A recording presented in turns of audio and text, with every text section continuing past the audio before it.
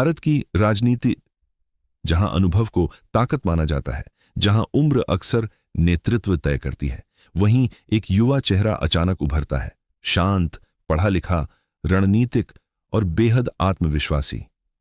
ये कहानी है राघव चड्ढा की, एक ऐसे नेता की जिसने राजनीति में प्रवेश सिर्फ सत्ता के लिए नहीं बल्कि सिस्टम बदलने के विचार के साथ किया। दिल्ली की सड़कों से शुरू हुई यह यात्रा आज भारत की संसद तक पहुंच चुकी है। लेकिन सवाल यह है, क्या राघव चड्ढा सिर्फ एक युवा नेता हैं या आधुनिक भारतीय राजनीति की नई रणनीति? बचपन और शुरुआती जीवन 11 नवंबर 1988। दिल्ली में जन्मे राघव चड्ढा एक साधारण परिवार से आते हैं। उनका बचपन किसी राजनीतिक माहौल में नहीं बीता। पढ़ाई में तेज और सोच में स्पष्टता बचपन से ही दिखाई देती थी। दिल्ली यूनिवर्सिटी से कॉमर्स की पढ़ाई और फिर चार्टर्ड अकाउंटेंसी। एक सुरक्षित और सफल करियर उनके सामने था, लेकिन किसे पता था कि यह युवा अकाउंटेंट आगे चलकर राजनीतिक रणनीति का अहम चेहरा बनेगा। विदेश से लौटने का फैसला, लंदन स्कूल ऑफ इकोनॉमिक्स में पढ़ाई के दौरान राघव ने दुनिया की राजनीति और प्रशासन को करीब से समझा। वहीं उन्हें एहसास हुआ, भारत की सबसे बड़ी चुनौती संसाधनों की कमी नहीं बल्कि सिस्टम की कमजोरी है, और यही सोच उन्हें वापस भारत ले आई।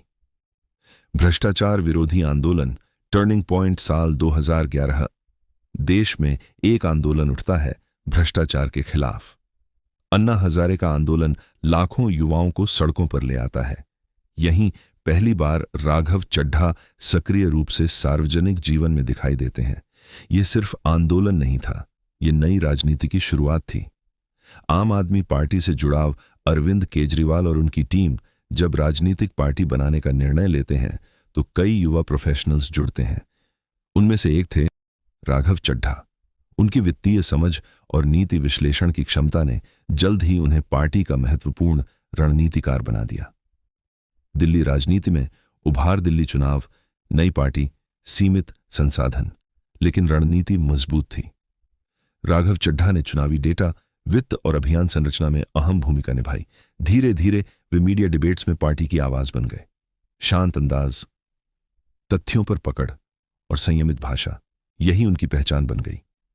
एमएलए बनने का सफर 2020, राजेंद्र नगर सीट। एक युवा नेता बड़े राजनीतिक चेहरों के बीच चुनाव लड़ता है और जीतता है। यह जीत सिर्फ सीट की नहीं थी, यह नई पीढ़ी की राजनीति की जीत थी। प्रशासनिक जिम्मेदारियां, दिल्ली जल बोर्ड के उपाध्यक्ष के रूप में राघव चड्ढा को प्रशासनिक जिम्मेदारी मिली। अब आलोचना भी बढ़ी और उम्मीदें भी। राजनीति का असली परीक्षण यहीं शुरू होता है, जब वादों को नीतियों में बदलना पड़ता है।